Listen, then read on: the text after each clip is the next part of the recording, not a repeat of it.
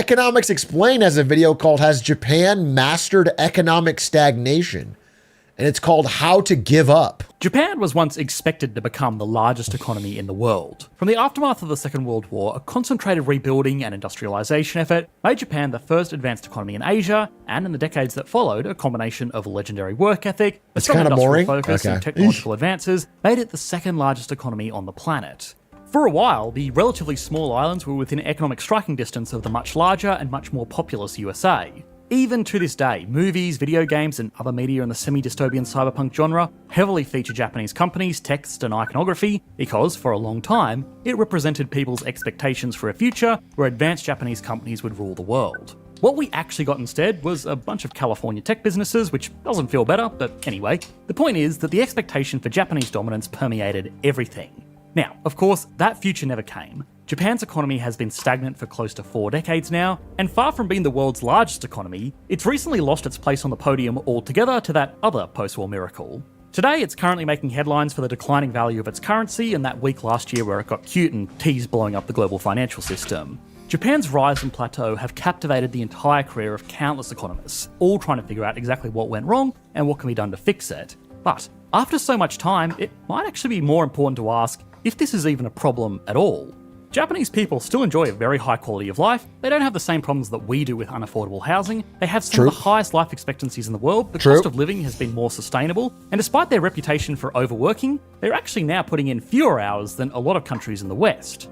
So, has Japan fully embraced economic stagnation? What are the benefits of doing so? And finally, perhaps most importantly, can it remain stagnant forever without some serious That's where I disagree. effects? That's where I disagree.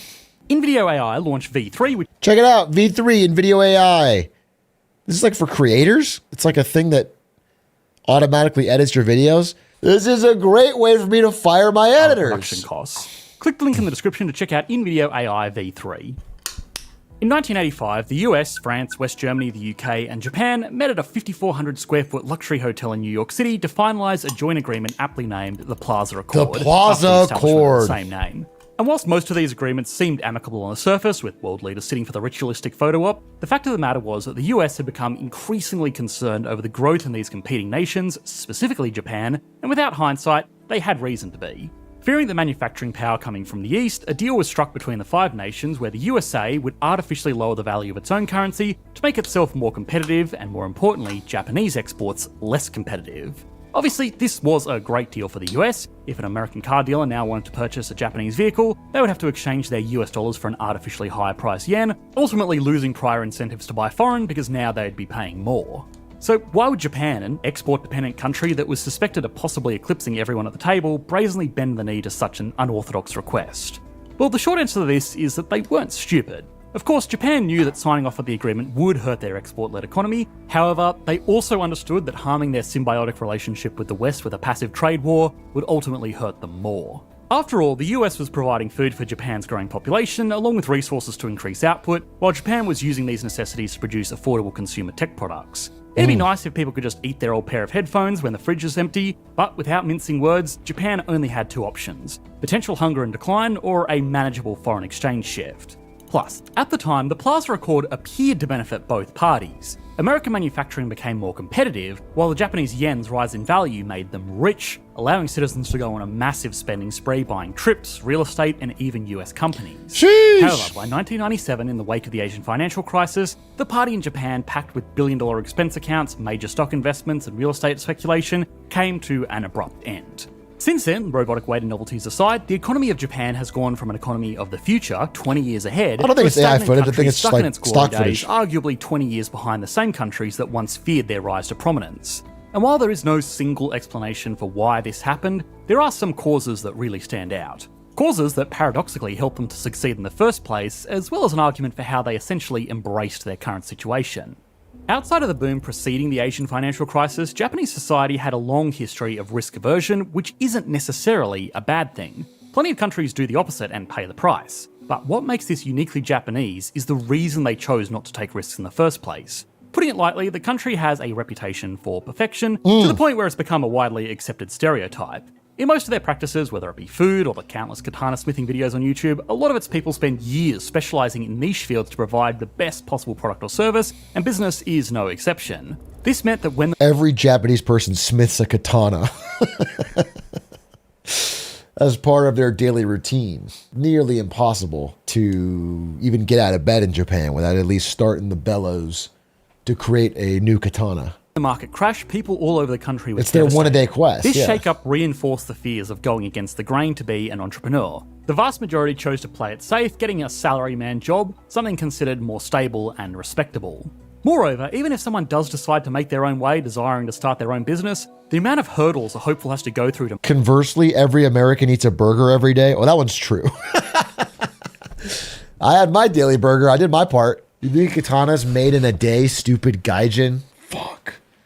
Fuck, I'm gonna commit seppuku.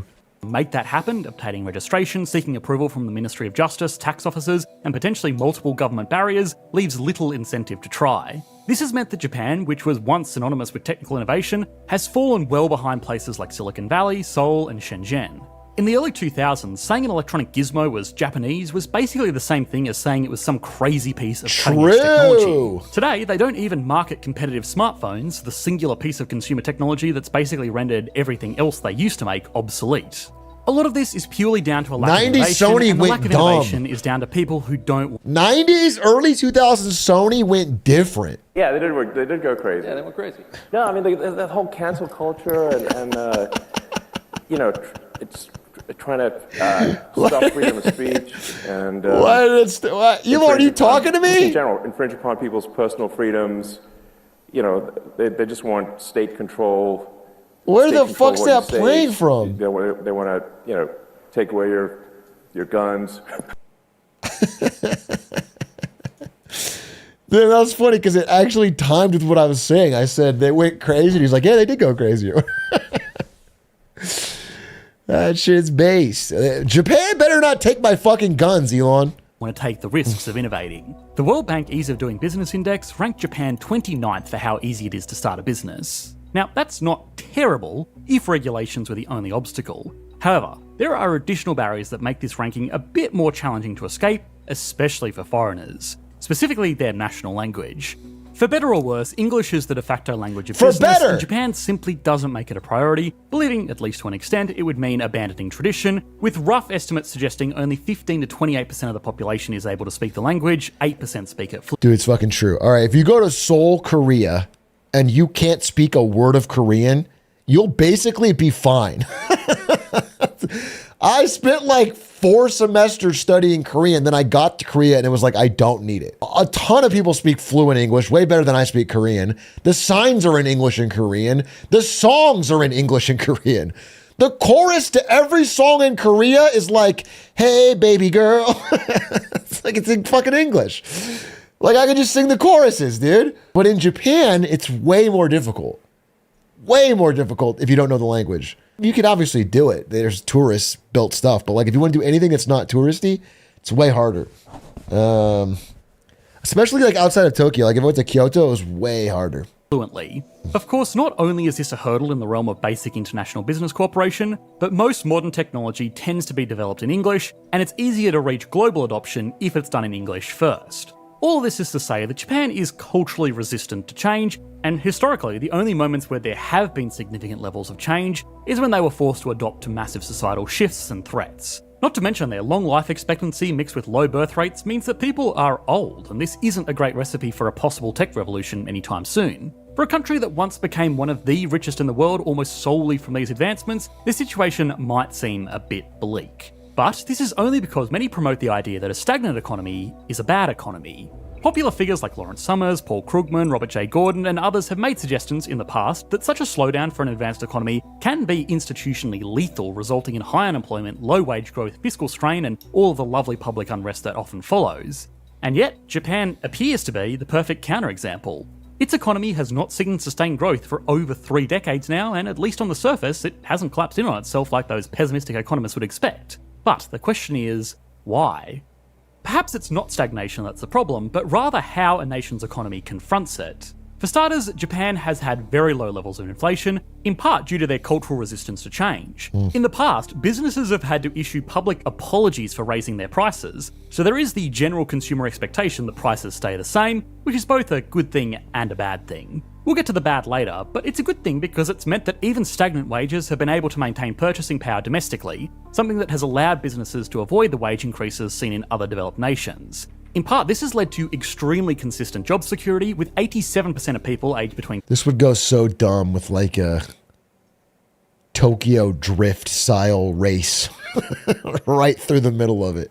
15 and 64 in paid positions, 11% above the global average. They also possess a high standard of living, all thanks to Japan's stellar reputation for high-level institutions. Both domestically and abroad, Japan is lauded for its extremely low crime rates. No, they which move out of the way. You haven't seen the movie? And lower aside from a brief climb leading up to the 21st century, which is important to note because, at least in part, this can be attributed to many opportunities that citizens have to succeed. For example, education stands as one of the largest budgets in the country's general account, with spending in 2024 amounting to 8.51 trillion yen, or about $55 billion US.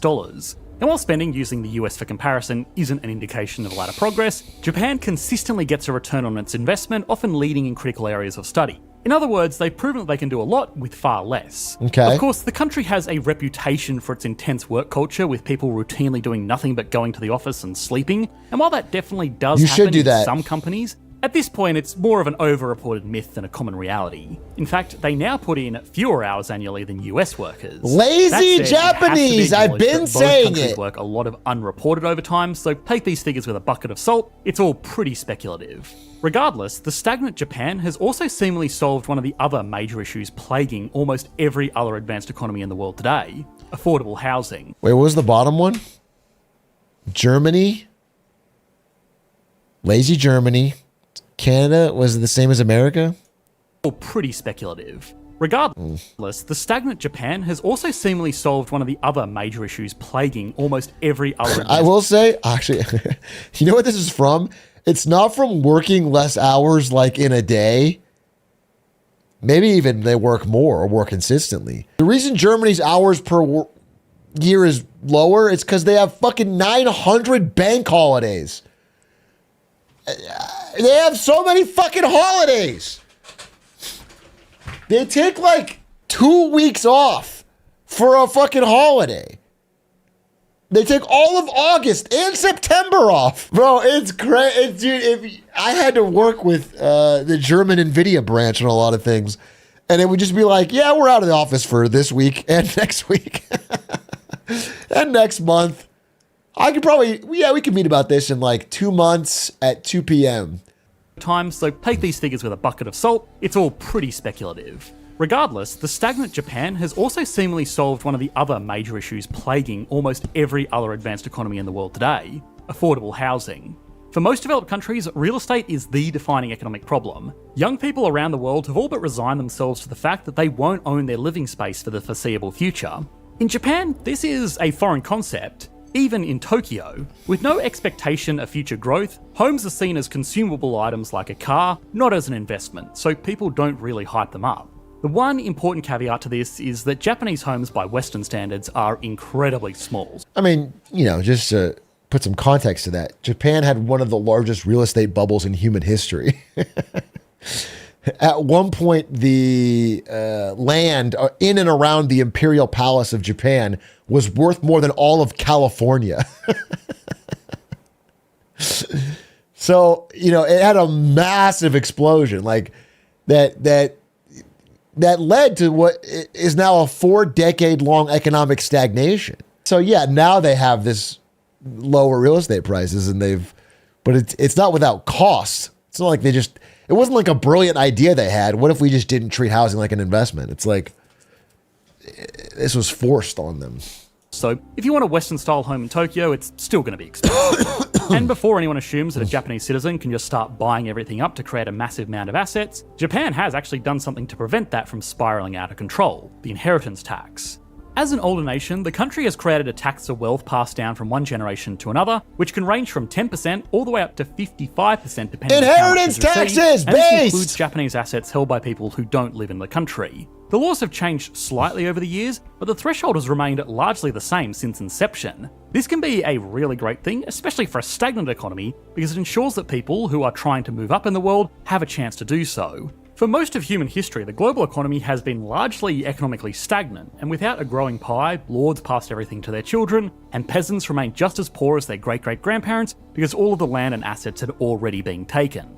Growth is a useful tool to promote social mobility, and without it, an economy must have some kind of alternative mechanism to make sure those who are born poor aren't guaranteed to die poor. Now, it doesn't need to be an inheritance tax, but this example has helped to keep Japan relatively mobile, despite its stagnation. No, it should be an inheritance tax. I'm extremely pro inheritance tax. It's great. It's a great method to keep entrenched familial dynasties from extending over generations and millennia. Just because your parents are brokies. Don't call my parents brokies, first of all. Can you explain why you are pro inheritance tax? I view taxation as a disincentive to given behavior, and it feels like it disincentivizes passing wealth on to children. I feel like this rain is going to get us wet. Yeah, that's the fucking point.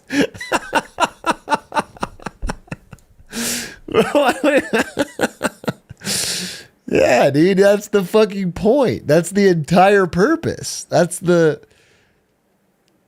is the reason for existence. It's a good time to reset the game, so to speak. If somebody, I've given the same speech a billion times, but like, I always say this, and I just want to get it across because I really believe it in my heart. If I invent Mr. Pibb and you invent Dr. Pepper, fuck, you made a better thing.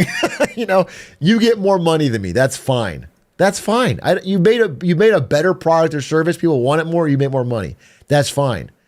But if my granddaughter has to be a fucking butler for your granddaughter because of inherited wealth, that's fucked up. If she can't go to the same quality of education or can't get the same school or can't have the same opportunities just because her grandfather didn't make as good of a product, you know what I'm saying? It's the fact that it gets passed on is insane. And since inheritance taxes in all these countries apply to like millions of assets, it's like regular person putting the family home up. It's like 4 million plus. They just market it as like a death tax. It's so scary to try and scare average people into supporting something against their own interests. Inheritance taxes are base, dude. It's a perfect natural time to try and reset the game a little bit so that the average people can have a fair shot, even if their parents aren't rich. There already is so much inherited advantage. If your dad's a rich CEO, even if he can't pass you a ton of money directly, if it's taxed at 50% or whatever, or 70%, first of all, you're still getting millions. You're not hurting. But also, it's like the connections, the people he knows, the people he can introduce you to, the rooms you can get him for. You're already getting so much advantage. You don't have to always also get the millions in inherited wealth. It's like you're already going to have a head start. It doesn't need to be maximized. Yeah. How would you deal with the problem that then, because the goal of a parent is to make the best life for their kid and have the most advantages in life? Wait, I'm sorry. What's your question? He's basically saying, how would you deal with parents not working as hard anymore because their goal of passing wealth to their kids is gone? You know what? If they step down, there's someone who wants wealth for wealth's sake who will step up. There's someone who just wants to be rich who's going to do it. No fucking millionaires want to work anymore, dude. I want to be rich but not work. Thoughts on that? Sounds base. You know what you should do is crypto. You should try is sports betting or crypto. That might actually fucking get you there. There would need to be a relatively high lower end cutoff to the inheritance tax. Otherwise, Americans would freak out over it. This already happened, bro. We had a higher inheritance tax. And then they did a whole campaign to call it the death tax. And then they raised the fucking limit and this happened. This is American political history. It's already happened.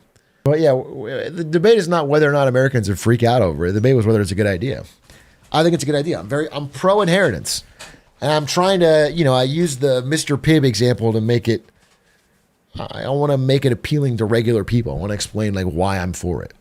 It's not because I heard it in a fucking platform somewhere. It's because I thought about it and I'm like, damn, I think that would be based. I think that would help have a more equitable society while still rewarding people who create something cool. Will you change your mind when you become a father?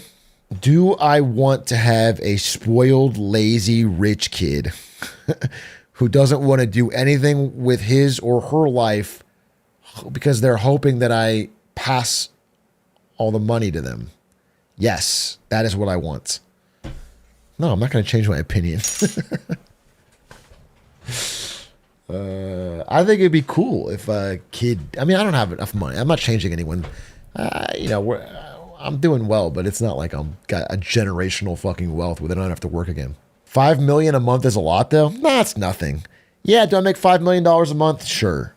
Is that a lot of money? No, I'm barely getting by in my Calabasas mansion, dude. Is it? But yeah, by the way, does it, like, whether or not I pass down money, I'm going to pass down something more important to my children. The requirement they stream onto my Twitch channel. When I die, my child will have to fucking stream on this channel every day. And not miss Marketing Mondays either. And they need to farm all of our family stuff for content. So they have to stream the funeral too. There will be an Atrioc funeral stream from Lil A. Half the channel would go to the government. All right, well then Baron Trump can share my channel too. It'll be Baron Trump and my child co-streaming on my channel at my funeral. And that'll be fair. That'll be the inheritance tax paid. And rigid traditions in other areas. If Japan's top-heavy population is considered a mounting concern, with stellar institutional strength and high quality of life, all continually redistributed to an extent, then why can't they just open their doors to the outside world and encourage more growth? Well, the short answer is, they hate you. Sort of. What? The social media tourism certainly hasn't done anyone seeking to live abroad any favours.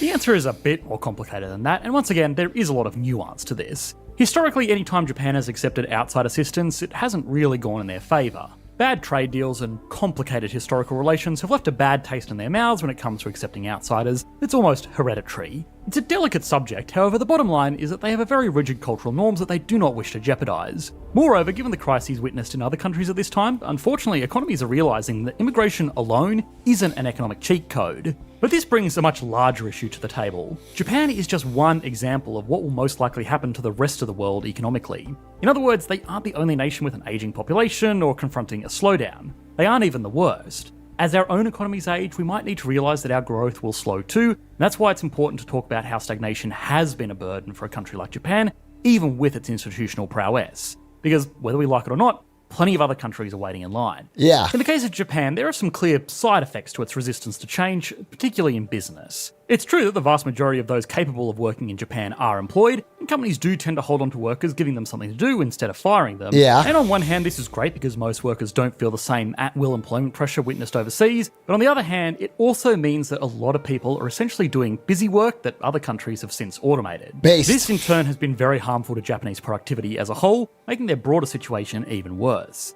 You can't stop Excel because it would make a team of people with abacuses redundant. And for them, especially on the tech front, no innovation leads to no growth, which has a compounding effect accelerating creative decline. Japan has incredibly traditional corporate hierarchies that are very entrenched in their way of conducting business, to the extent where people sometimes hire outsiders just to quit their jobs. Since there are no new companies coming up, there is currently a situation where people are essentially waiting in line until higher-ups are deceased, and with such a high life expectancy, this doesn't bode well for anyone That's so trying boring. to get ahead.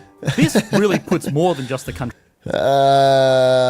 Someone's thinking about killing their boss rather than wait 20 more years for them to die. country's business practices into perspective. It makes economists wonder if the problem has actually been solved. Japan appears to be containing the fire, not putting it out. The country's debt is piling up faster than ever before, and sure, in the past they've managed to sell this debt off to their own people, but this creates its own problems as that money could have been invested into new businesses, but instead it's been lent to the government. The government has borrowed a lot to keep the economy at its current baseline in an effort to not fall behind. Though this hasn't caused any problems yet, they're truly entering uncharted territory as it's raising interest rates. It is causing problems. It's causing problems right now.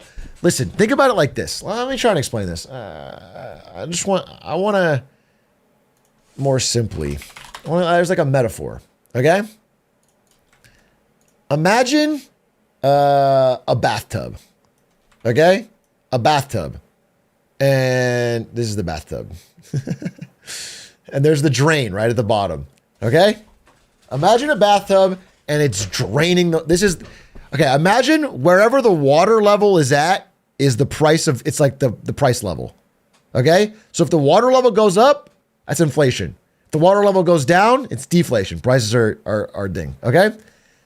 Imagine this drain is like cheaper goods from China, the growth of Chinese manufacturing, an aging population, I don't know, economic stagnation, things that cause deflation, all right? Prices are going down. At the same time, here's the spigot. This is the Japanese government constantly nonstop money printing to buy their own debt. Okay? So for 3 decades, because this drain has been so active, because they've had the lucky, unique Japanese position of having natural deflation, they could afford to do this, and everything kind of just stayed the same. It kind of just stayed stagnant. But as this drain closes, okay, or basically loses its usefulness, they're not getting the same level of natural deflation as they used to get, and they've turned this up. Every year they turn this spigot up. They are now finally starting to see, they've been begging for inflation. For decades, they were like, we have to get inflation. We're scared of deflation. We have to get inflation. Well, now they're finally getting it. And instead of changing course, they realize they can't. They can't turn this off. This is the only way the government debt works in Japan. So they're finally getting these problems. And it's making their currency weaker and weaker and weaker. So this is where Japan is now. It's not like it just works forever. It's worked because of this drain. But we're in a different world now.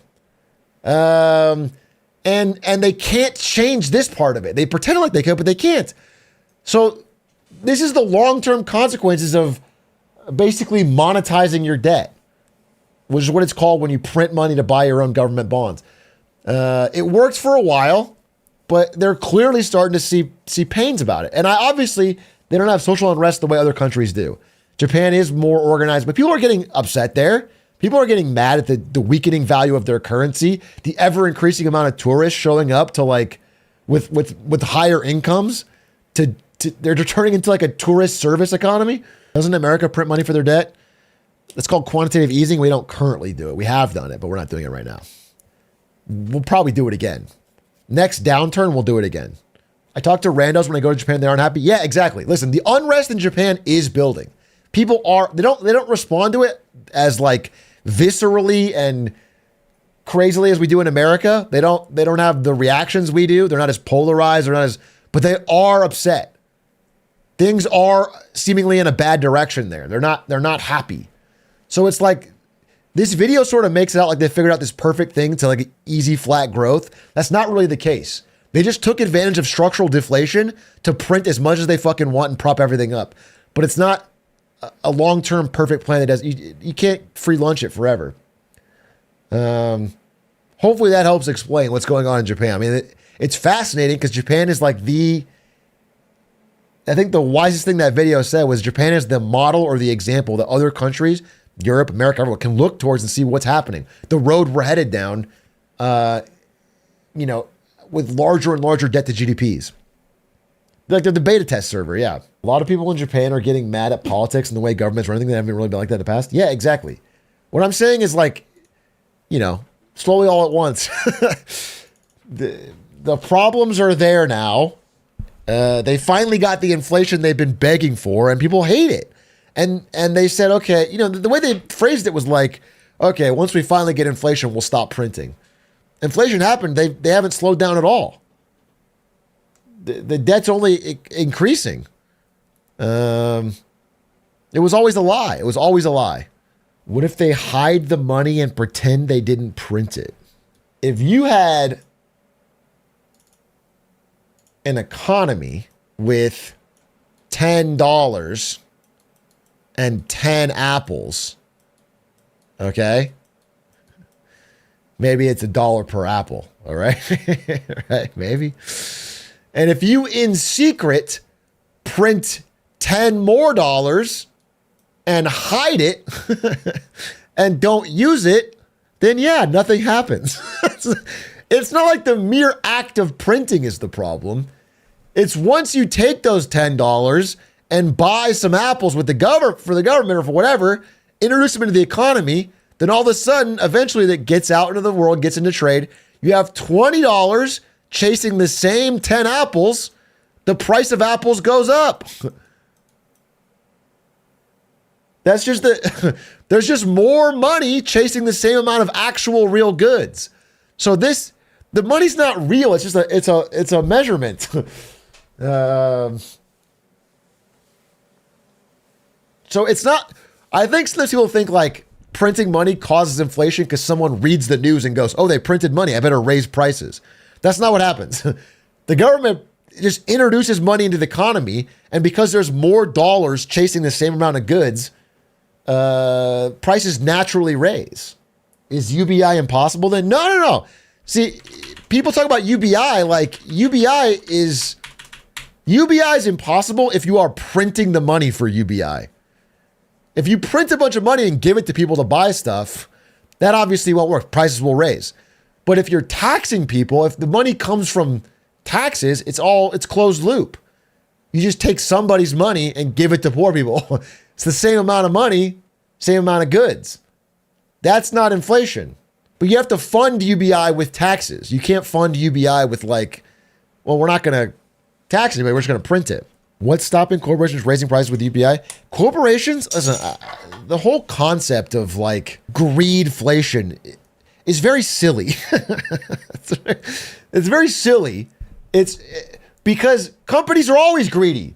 They're greedy all the time. They are always raising their prices to the maximum they can. They're always trying to do that. If they thought they could double prices tomorrow and get away with it, they would do it. The reason McDonald's does not double their prices right now is because they think you'll go somewhere else.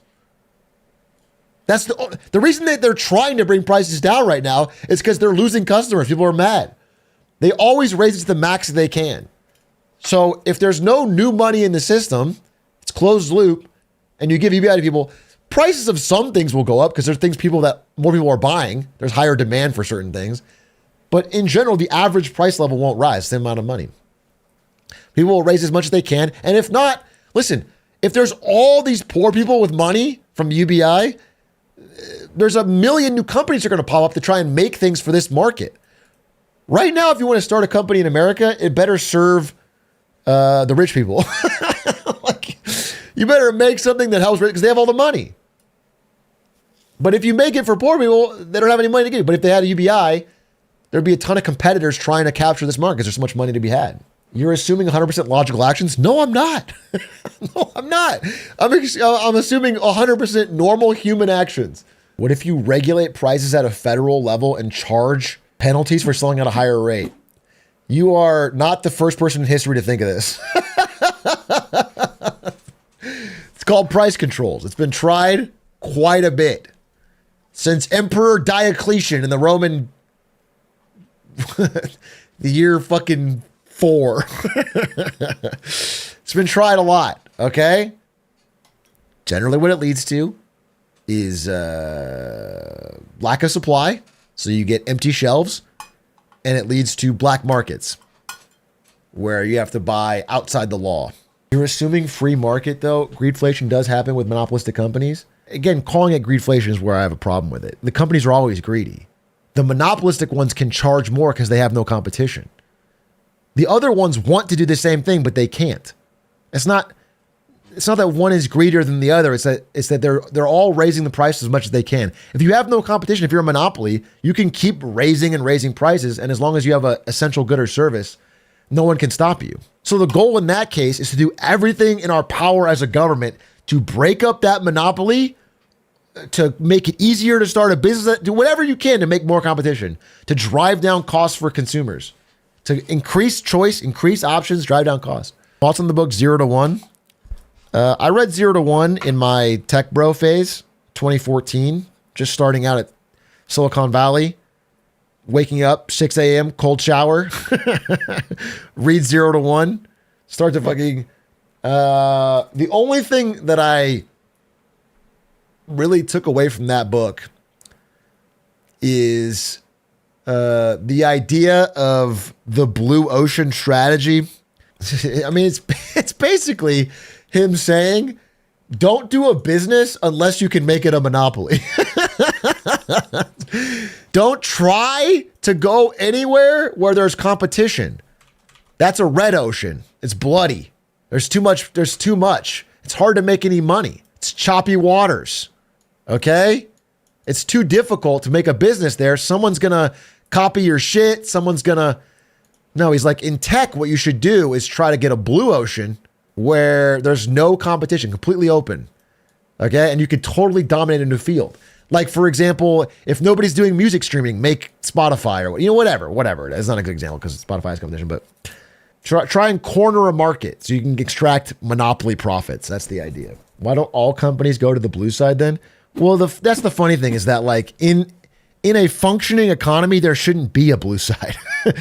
There shouldn't be like the only way the blue side happens is if you can like, I don't know, lobby a politician to make a rule that doesn't let someone compete with you. Is it, if it's a new market? Yes, if it's a new market, but again, it can be a new market with economies of scale. Something like, I don't know, maybe Facebook is a good example, right? Where Facebook, they invent something new. Not really. I mean, MySpace did it, but they're in a new area, a blue ocean, and it gets better the more people use it. But for most things, like, I don't know, if you invent a new type of TV or something, you're not going to get monopoly profits very long because someone's going to come along and make their own version. If we truly went ham breaking up monopolies, how would that affect asset stock prices? Dude, what's funny is like, if you're an owner of Amazon, for example, if you have Amazon stock and they broke it up, history will tell you it's actually good for the investor. You get shares in all the new companies. They all go off and do their thing. They're all growing. You're good. The only people that hurt are like the managers and the CEOs of the current conglomerate who can extract all the value from it. I feel bad for Jeff's divorce. Let him have his stock. I'll keep my liquid. That's true. I do feel bad for Jeff Bezos' divorce. God damn it, you're right. Don't break it up. What are your apprehensions with finasteride? Dude, I have no apprehensions. I'm fucking balding, bro. I'll try it as soon as I get a sponsor. I asked my sponsor guy, I said, look, dude, it's a fucking freebie. It's a tap it in. Get me a Keeps. Get me a Roman. Get me a fucking anyone. I'll sell the shit out of it. Give me a Hims. And he's like, all right, on it. And then I haven't heard an update. I haven't heard a fucking update. If monopolies are so bad, why is it such a high-selling board game? Bro, do you know the story of Monopoly, the board game? This woman invents it. It's called the Landlord's Game. She makes it as like a total critique.